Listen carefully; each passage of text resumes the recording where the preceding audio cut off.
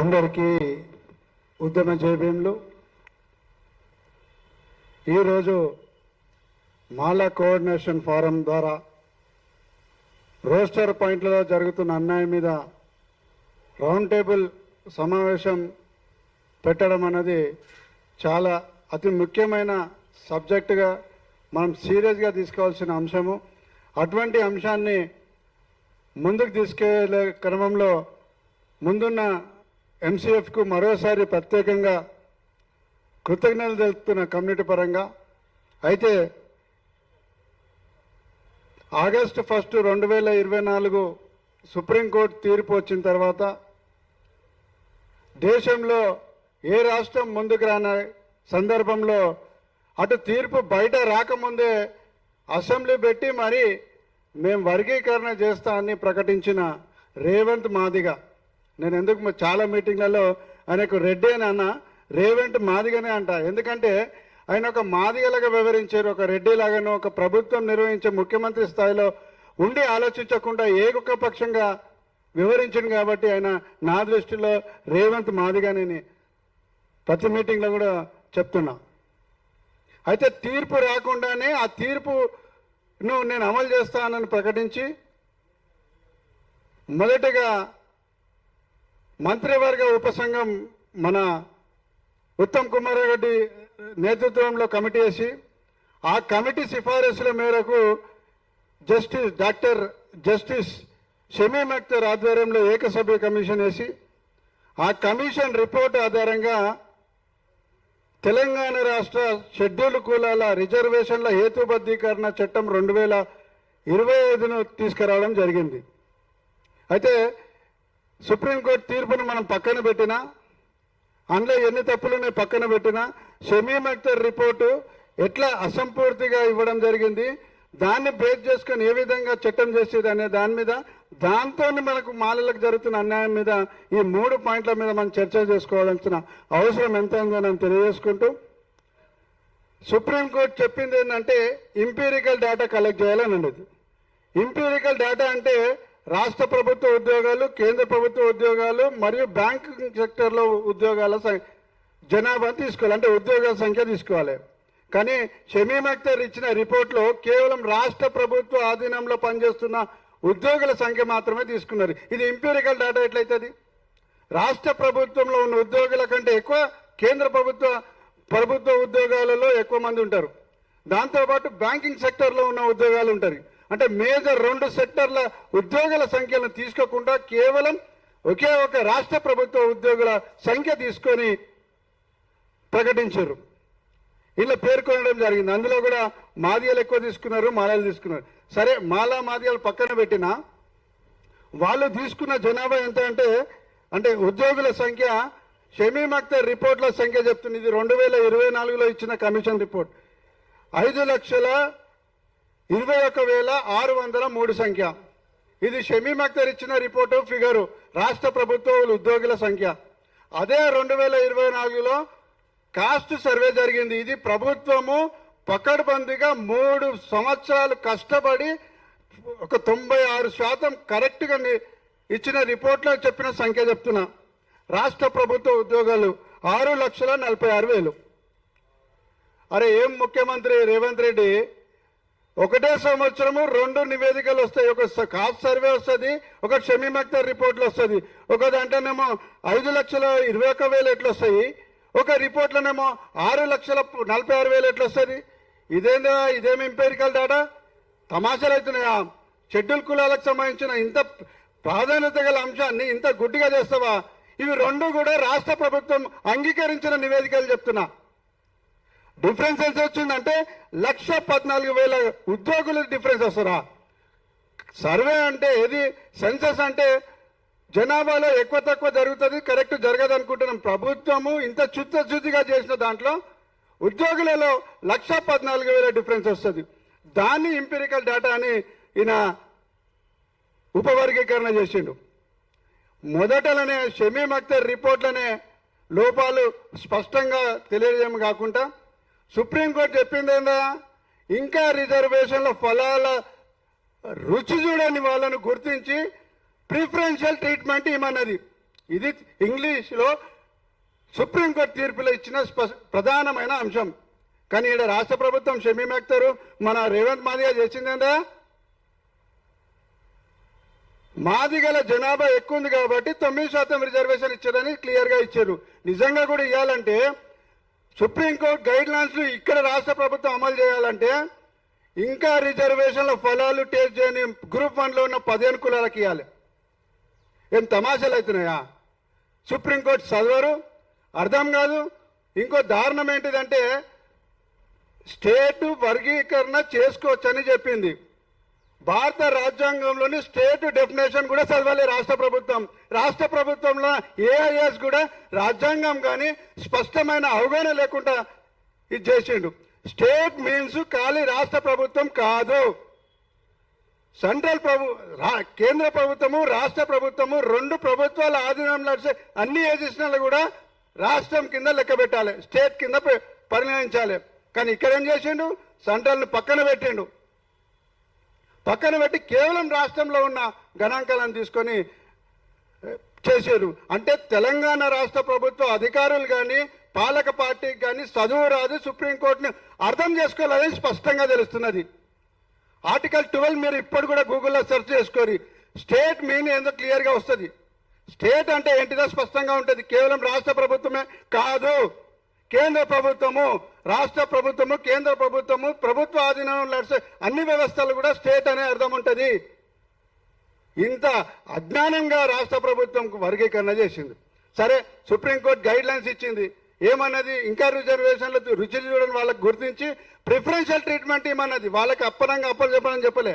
కానీ ఇక్కడేం జరిగిందండి, వాళ్ళకు 1% చేసి తర్వాత వాళ్ళకు ప్రాధాన్యత ఇవ్వాలి. ప్రాధాన్యత ఎప్పుడు, ఎస్సీలలో 1 పోస్ట్ వస్తే మొదటిగా గ్రూప్ 1 వాళ్ళకి ఇవ్వాలి.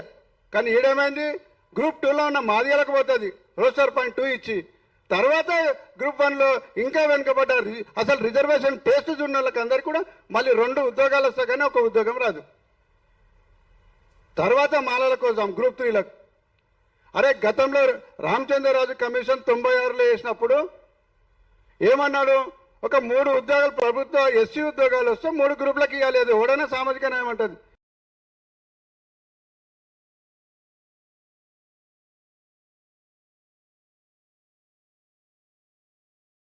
నువ్వేం చేసినావా రేవంత్ మాదిగా, 3 ఉద్యోగాలు వస్తే గ్రూప్ 2 వాళ్ళకు 2 ఉద్యోగాలు వస్తాయి, గ్రూప్ 1 వాళ్ళకు 1 వస్తుంది. ఇది ఎక్కడ సామాజిక వారం? సుప్రీంకోర్టు గైడ్ లైన్స్ ఏంది, ఏ గ్రూప్ యొక్క ఏ కులాని యొక్క రాజ్యాంగ హక్కు అయితే రిజర్వేషన్లు ఉన్నది వాళ్ళ హరించబడొద్దు, వాళ్ళకి నెట్టబడవద్దు, వాళ్ళకు కూడా ప్రియారిటీ ఇవ్వాలి, వాళ్ళకు కూడా గుర్తించాలని చెప్తే నువ్వు చేసే రిక్రూట్మెంట్లలో ఇండైరెక్ట్గా గ్రూప్ 3లకు ఎలిమినేషన్ చేస్తున్నావు.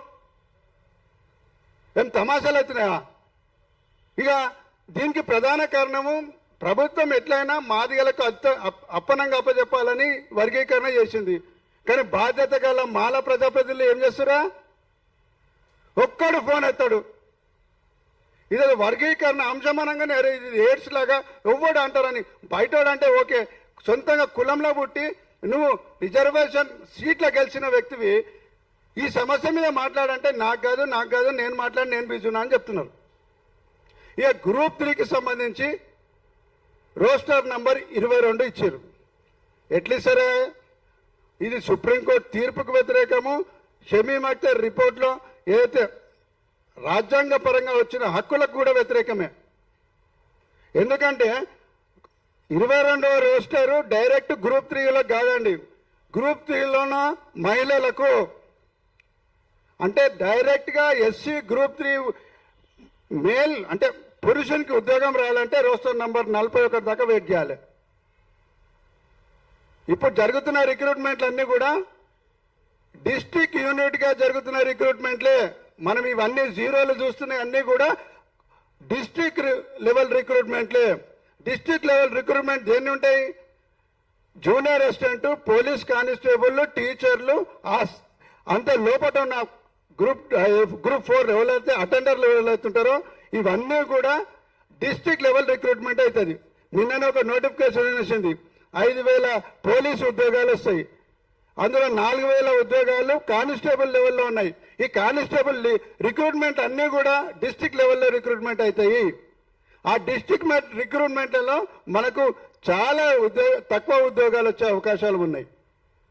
అయితే ఇప్పుడు మనం డిమాండ్ చేయాల్సింది ఏంటంటే 22 నుంచి కనీసం అంటే 5% మనకు ఉద్యోగాలు వస్తాయని పక్కన పెట్టినా ఇప్పుడు జరుగుతున్న నష్టంలో ఒక 1% కొంచెం నష్ట నివారణ కొద్దిగా 1% తగ్గే అవకాశాలు ఉన్నాయి కాబట్టి మనం ఈ డిమాండ్ చేస్తున్నాము.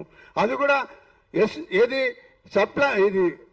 రిజర్వేషన్ల హేతుబద్ధీకరణ చట్టంలో రూల్ 8లో స్పష్టంగా చెప్పారు ఏంటంటే ఈ చట్టం అమలులో కానీ ఎటువంటి ఇబ్బందులు వచ్చినా ఏమైనా డౌట్లున్నా ఇంకొక జీవో ద్వారా ఈ సవరణ చేసుకోవచ్చని హక్కు ఇచ్చారు కాబట్టి ఆ హక్కు ప్రకారం మనం అడుగుతున్నాం.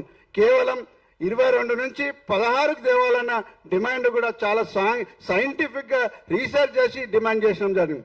గతంలో చాలా సంఘాలు గుడ్డి అజ్ఞాన సంఘాలు చాలా డిమాండ్లు పెట్టినాయి.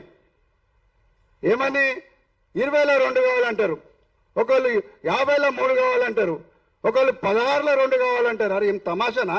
మన డిమాండ్ కూడా చక్కగా ఉండాలిగా. ఆడేద్దు ఏది రాజ్యాంగానికి చట్టానికి సుప్రీంకోర్టు తీర్పుకు వ్యతిరేకంగా చేస్తే మన డిమాండ్ కూడా అంత గుడ్డిగా ఉంటుందా? అందుకని 16 చేయడానికి ప్రధాన కారణం ఏంటంటే రోస్టర్ పాయింట్, ఇది స్టేట్ సబార్డినేట్ సర్వీస్ రూల్స్లోని సెక్షన్ 22(2)E ప్రకారం రోస్టర్ పాయింట్లు 100 పాయింట్ల రోస్టర్ పాయింట్లు ఉంటాయి. ఈ రోస్టర్ పాయింట్లలో 15% రిజర్వేషన్లు ఉంటాయి. ఆ రిజర్వేషన్ల రోస్టర్ పాయింట్లు 2, 7, 16, 22, 27, 41, 47, 52, 54, 67 ఈ విధంగా మొత్తం 91, 97 ఇట్లా 15 రోస్టర్లు ఉంటాయి. మనం ఏమైనా డిమాండ్ చేయాలనుకుంటే ఈ 15% ఎస్సీలకు సంబంధించిన రోస్టర్లను మనం అడగాల్సిన నైతిక బాధ్యత ఉన్నది. అది తెలియకుండా అది పరిశీలించకుండా నేను చాలా మంది చూసిన అసలు ఇప్పటిదాకా ఏదైతే చట్టం ఉన్నదో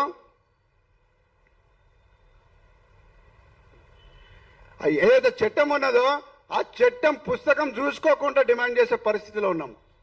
సరే వీళ్ళు డిమాండ్ చేస్తున్నారు, ఓకే, అది ఎంతవరకు గవర్నమెంట్ తీసుకుంటుంది అంటే నేను అనేది ఏంటంటే ఒక బాధ్యత గల ఉద్యమకారునిగా సంఘాల నాయకులుగా లేకుంటే రాజకీయ పార్టీలకు తొత్తులుగా ఉన్న మనమైనా ఒక 1% అన్న జాతికి ప్రయోజనకరంగా ఉండాలి కదా.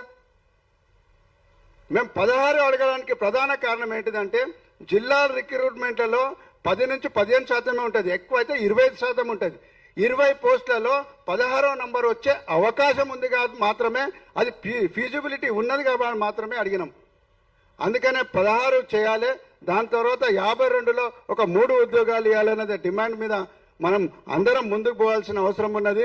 దాంతోపాటు ఇప్పుడు ప్రధానంగా ఇప్పుడు జరిగిన ఉద్యోగాలలో ఫిబ్రవరి 6, 2026లో శిల్పకళా వేదికలలో ముఖ్యమంత్రి గారు అధికారికంగా ఇది మా షెడ్యూల్ కులాల అభివృద్ధి శాఖ మంత్రి అడ్లూరి లక్ష్మణ్ గారు ఆయన 59 కులాలకు మంత్రిగా కాకుండా కేవలం మాదిగలకు మాత్రమే మంత్రిగా వ్యవహరిస్తున్నాడు. ఎందుకంటే ఒక ఉద్యమకారునిగా 2 నెలల నుంచి ఈ ఒక రిప్రజెంటేషన్ ఇచ్చి ఈమని టైం అడిగితే ఇప్పటిదాకా ఇవ్వలేదు. అదే మాదిగ సామాజిక వర్గానికి చెందిన వాళ్ళు ఒక్కొక్కరు 10 సార్లు కలుస్తున్నారు ఇప్పటిదాకా. సరే అది పక్కన పెట్టినా ఆ రోజు శిల్పకళా వేదిక ముఖ్యమంత్రి ముంగట అధికారికంగా ప్రకటించింది ఏంటంటే గ్రూప్ 2, గ్రూప్ 3 కలిపి 26,000 ఉద్యోగాలు వస్తే డాక్టర్లు ఇంజనీర్లు కలిపి 777 ఉద్యోగాలు అంటే 10 చట్టం వచ్చిన కేవలం 10 నెలల్లోనే 26,772 ఉద్యోగాలు అప్పనంగా మాదిగలకు వచ్చినాయి. ఇప్పుడు ఇంత అన్యాయంగా 10 నెలల్లో ఏమి ఉంటే ఇప్పుడు ఇయ్యాలకి 16వ నెల ఇది ఎంత ఉద్యోగాలు మనకు నష్టమే ఉంటుంది. మనం ఇది చాలా సీరియస్గా తీసుకోవాల్సిన అంశం ఉన్నది. ముఖ్యంగా ఈ రోస్టర్ విధానము ఏదైతే కూర్పు జరిగిందో ఇదంతా కూడా డైరెక్ట్ ఇండైరెక్ట్గా కేవలం 2 గ్రూప్ 2లోనూ మాదిగలకు మాత్రమే ఉద్యోగాలు వచ్చే దిశగా ఉన్నది. కాబట్టి దయచేసి మనం చాలా సీరియస్ అంశం ఇది. మనము ఇమ్మీడియట్గా ప్రభుత్వానికి ఒత్తిడి చేయాల్సిన అవసరం ఉన్నది. ఎందుకు నేను సీరియస్గా అంటున్నా అంటే ఇవాళ పొద్దున్నే ఒక ప్రభుత్వ అధికారి షెడ్యూల్ కులాల అభివృద్ధి శాఖలో జరుగుతున్న కార్యక్రమాన్ని పొద్దున కాన్ఫిడెన్షియల్గా రిపోర్ట్ చెప్పిండు. నేను అనొద్దు, కానీ ఇప్పుడు మన జాతికి జరుగుతున్న అన్యాయం కాబట్టి పబ్లిక్ చేస్తున్నా. ఇంత రోడ్డు మీద పడి ఈ సంవత్సరంన్నర నుంచి మనం రోడ్ల మీద పడి ఉద్యమాలు చేస్తుంటే, డిమాండ్ చేస్తుంటే ప్రభుత్వం రోస్టర్ సవరణ మన గురించి చేస్తలేదండి. ఉద్యోగాలలో ప్రమోషన్లలో మాదిగలకు నష్టం జరుగుతున్నదని త్వరలో రోస్టర్ సవరణ జరగబోతున్నది. అందులో మాలకు సంబంధించిన డిమాండ్ 22 నుంచి 16 ఎక్కడ కూడా ప్రస్తావన లేదు. ఈ రోజు ప్రస్తావన చెప్తున్నాను. అడ్లూరు లక్ష్మణ్ గారి దగ్గర ఉన్న ఫైల్ ముంగట ఏ పొజిషన్ ఉన్నదో చెప్తున్నా. రోస్టర్ సవరణ జరుగుతున్నది, కానీ మాలలకు అనుకూలంగా కాదు, మళ్ళీ మాదిగలకు అనుకూలంగానే జరుగుతున్నది. ఎట్లా అంటే రోస్టర్ పాయింట్ వలన వాళ్లకు ప్రమోషన్లు వస్తలేవంట. ప్రమోషన్లు రాకుండా మాదిగలు ముందు వరుసలో ఉన్నారు. మాదిగలకే మళ్ళీ రోస్టర్ పాయింట్ల ద్వారా సవరణ చేసి ప్రమోషన్లలో అవకాశాలు ఇవ్వాలని ప్రొఫెసర్ కాసిం ఇప్పుడు చెప్పి ప్రొఫెసర్ కాసిం ఒక రిప్రజెంటేషన్ ఇస్తే తెల్లారే చకచక ఫైల్ మూవ్ అవుతుంది, జిఏడిది పోతుంది, లా డిపార్ట్మెంట్ పోతుంది, మళ్ళీ ఎస్సిడిడి డిపార్ట్మెంట్కి వస్తుంది. నేను ఎందుకు ఇంత సీరియస్గా మీకు చెప్తున్నానంటే, ఇప్పటికైనా ఈ గ్రూపులకు ఈ రాజకీయాలకు ఒక బీఆర్ఎస్ జేఏసీ మాల, ఒకటి కాంగ్రెస్ జేఏసీ మాల, ఒకటి ఇండిపెండెంట్ జేఏసీ మాల, ఒకటి నేను జాతీయ అధ్యక్షుడు ఇంకొకళ్ళు ఉంటారు. నాలాగా ఎటు పనికేయకుండా నేను ఒక డిమాండ్ చేస్తా. ఇవన్నీ మనం దుకాణాలు బంద్ చేసి రేపో మాపో అంటే దాదాపుగా 15 రోజులు నెల రోజుల్లో షెడ్యూల్ కులాల రిజర్వేషన్ల హేతుబద్ధీకరణ సవరణ జరగబోతున్నది. ఆ సవరణ కూడా మళ్ళీ మాలలకు అన్యాయం జరిగే విధంగా జరగబోతున్నది. ఇప్పుడు జరిగితే ప్రమోషన్లలో మాదిగలకు అన్యాయం జరుగుతున్నది కాబట్టి సవరణ జరుగుతుంది తప్ప మాలలకు జరుగుతున్న అన్యాయం మీద జరుగుతలేదు. ఇది చాలా సీరియస్ తీసుకోవాల్సిన అంశం ఉన్నది. అందుకనే ఇప్పుడైనా గ్రూపులకు అతీతంగా మనమందరం కూడా ఏకతాటిపై వచ్చి ఒక మొత్తం ప్రభుత్వాన్ని దిగ్బంధనం చేస్తే తప్ప మన ఈ డిమాండ్లు సాధించుకునే అవకాశాలు లేదు. మనం కొద్దిగా లేటో ముందో ఒక మంచి శుభ పరిణామం ఏంటిదంటే 1996లో వర్గీకరణ ఆగడానికి నేతృత్వం వహించిన మన మన పదవిని కూడా మినిస్టర్ పదవిని కూడా త్యాగం చేసి సొంత ఇంట్లో మినిస్టర్ బంగ్లాలో మీటింగ్ పెట్టి మన రిజర్వేషన్లను అడ్డుకొని ఈరోజు ఆ రిజర్వేషన్ రద్దు చేసే ఉద్యమానికి ప్రధాన భూమిక వహించిన అన్న సుద్దాల దేవన్న మనకు ఇప్పుడు మనకు అండగా నిలబడ్డారు. పార్టీలకు అతీతంగా నేను చాలాసార్లు మాట్లాడినప్పుడు నాకు పార్టీ ముఖ్యం కాదు, నా జాతి ముఖ్యం. నేను ఇప్పుడు ఒక పార్టీలు ఉన్నా, రేపు ఈ కాంగ్రెస్ పార్టీ చెప్పమని వర్గీకరణ రద్దు చేస్తే నేను ఆ పార్టీలకి కూడా రిజైన్ చేస్తున్నాడు. అంత చిత్తశుద్ధి గల నాయకత్వం కింద మనకు పనిచేసే అవకాశం వచ్చింది. 96లో ఏదైతే చరిత్ర సృష్టించినామో ఇప్పుడు 2026లో ఆ చరిత్ర సృష్టించడానికి అన్న నేతృత్వంలోని మనం ముందుకు పోవాల్సిన అవసరం ఉన్నది. ఎందుకంటే మినిస్టర్ పదవి పోతుందని మంత్రి ఇంట్లో మీటింగ్ పెట్టిండు. ఆ చిత్తశుద్ధి, ఆ సీరియస్నెస్ ఈ రోజు ఆరోగ్యంగా ఖరాబ్ ఉన్న దాదాపుగా ఒక నెల 2 నెలల నుంచి మంత్రి అపాయింట్మెంట్, ముఖ్యమంత్రి అపాయింట్మెంట్, మా ఎంపీల అపాయింట్మెంట్ తీసుకొని సొంతగా పోయి రిప్రజెంటేషన్ చేస్తున్నాడు. ప్రతి మీటింగ్ అటెండ్ అవుతున్నాడు. అందరికీ కోఆర్డినేట్ చేసి అన్ని మీటింగ్లకు అటెండ్ అయ్యేలాగా స్ఫూర్తినిస్తున్నాడు. కాబట్టి మనము తప్పకుండా 96లో అయితే ఉద్యమంతోని మనం ముందుకు పోవాల్సిన అవసరం ఉన్నది. 26లో కూడా విజయం సాధించే అవకాశాలు అన్న నేతృత్వంలో మనకు ఉంటాయి. కాబట్టి అందరం కూడా, ఎందుకంటే చిన్న పోస్టర్స్ అనే ఒక చిన్న ఎమ్మెల్యే 5 ఏళ్ళ ఎమ్మెల్యేనే ఈరోజు మాతో మాట్లాడనికనే అంటరానిలాగా చూస్తున్నాడు మాల ప్రజాప్రతినిధి. అటువంటి సందర్భంలో మంత్రి పదవి వస్తే మంత్రి పదవి పోతుందని తెలిసిన మన ఇంట్లో సొంత ఇంట్లో అంటే మినిస్టర్ బంగ్లాలో మీటింగ్ పెట్టేసి ఆయన పోస్ట్ పోతుందని తెలిసిన ఆ ఉద్యమాన్ని ముందు తీసుకున్నాడు. కాబట్టి అటువంటి నిస్వార్థ నాయకత్వంలో మనమందరం ముందుకు పోయి తప్పకుండా రేపు 2026 ఇప్పుడు ఏదైతే జరుగుతుందో ఈ రోస్టర్ విధానమే కానీ తర్వాత ఈ షమీమ్ అఖ్తర్ రిపోర్ట్ ద్వారా వచ్చిన రిజర్వేషన్ల హేతుబద్ధీకరణ చట్టం పోవాలంటే తప్పకుండా ఇటువంటి నిస్వార్థ నాయకులతోనే మనం ముందుకు పోవాల్సిన అవసరం ఉంది.